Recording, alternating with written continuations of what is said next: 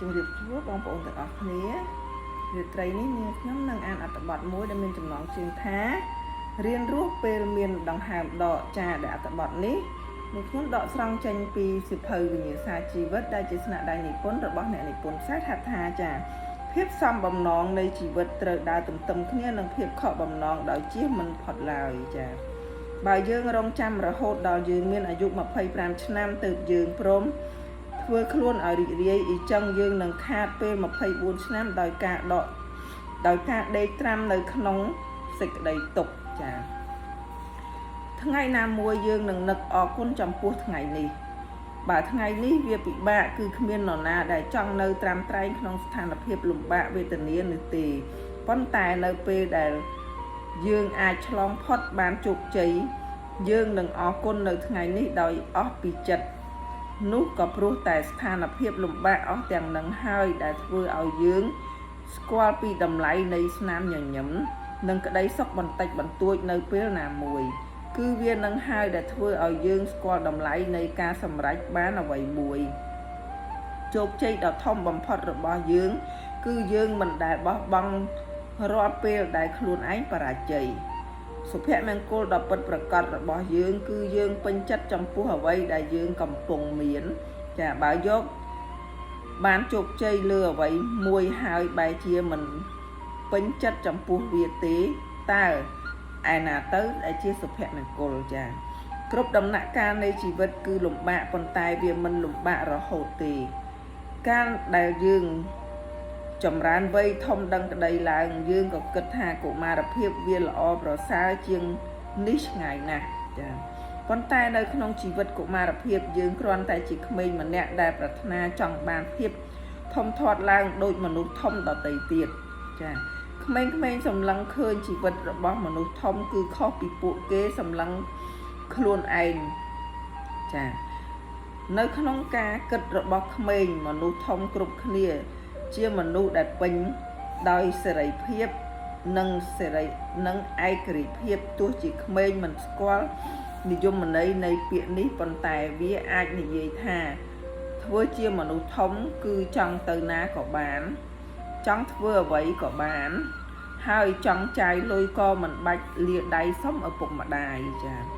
ក្មេងៗឃើញរបស់លេងជារបស់ដែលគួរឲ្យចាប់អារម្មណ៍បំផុតសម្រាប់ពួកគេប៉ុន្តែពេលដែលពួកក្មេងៗវិវត្តខ្លួនមកជាមនុស្សពេញវ័យពួកគេនឹងលែងចាប់អារម្មណ៍នឹងរបស់លេងហើយបែរជាគិតថា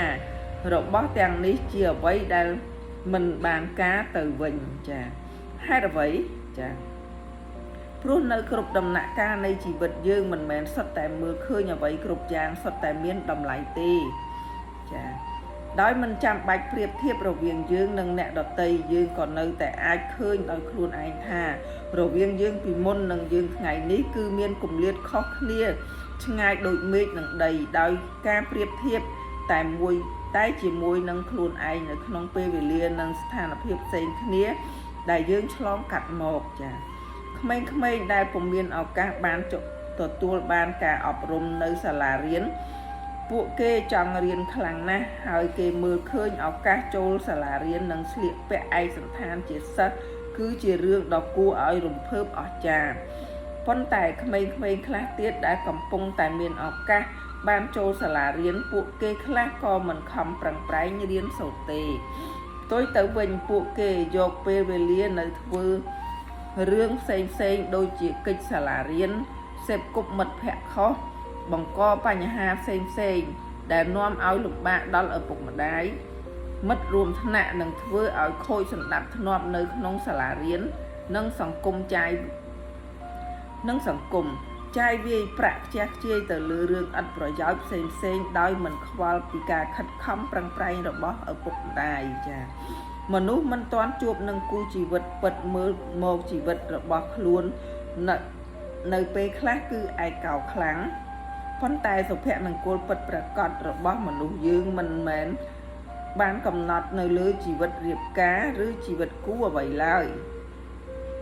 អ្នកដែលដើរចូលក្នុងជីវិតអាពាហ៍ពិពាហ៍ខ្លះពួកគេកំពុងតែលំបាកជាមួយនឹងបញ្ហាស្មុគស្មាញក្នុងជីវិតគ្រួសារបើនៅម្នាក់ឯងមិនបាច់ มันអាចស្វែងរកសេចក្តីសុខផ្លូវចិត្តខ្លួនឯងបានផងតើនឹងទៅរកក្តីសុខក្នុងជីវិតគូបានដោយរបៀបណាចាភាពសំបំណងនៃជីវិតត្រូវដើរទៅទន្ទឹមគ្នានឹងភាពខកបំណងដោយជៀសមិនផុតឡើយបើយើងរងចាំ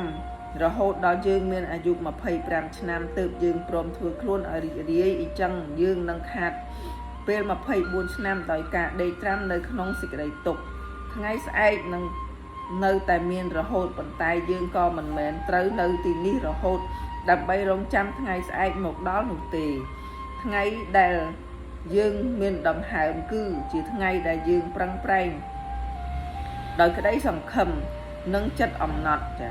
ថ្ងៃដែលយើងល្វើយហត់គឺជាថ្ងៃដែលយើងត្រូវអត់ធ្មត់ខ្លាំងចាថ្ងៃណាក៏ជាថ្ងៃដែលយើងត្រូវប្រឈមមុខជាមួយនឹងស្ថានភាពប្រែប្រួលក្នុងជីវិតដែរដូច្នេះភាពភ័យខ្លាចវាមិនមែនជាអាវុធដើម្បីប្រើជាស្ថានភាពប្រែប្រួលទេប៉ុន្តែគឺចិត្តនិងថឹងរបស់យើងឯណោះទៅវិញទេដែលអាចទប់ទល់នឹងជាមួយស្ថានភាពប្រែប្រួលទាំងនោះបានចា៎បទពិសោធន៍ជីវិតបានមកពីការសន្សំហើយយើងសន្សំបានបទពិសោធន៍ព្រោះតែយើងឆ្លងកាត់វាដោយផ្ទាល់យើងមិនឈរមើល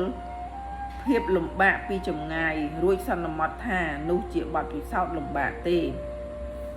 មួយដង្ហើមស្លាប់មួយដង្ហើមរស់ប៉ុន្តែកុំស្លាប់ទៅទាំងមិនបានធ្វើអ្វីសោះហើយកុំរស់នៅដោយមិនខ្វល់ពីអ្វីទាំងអស់ដែលខ្លួន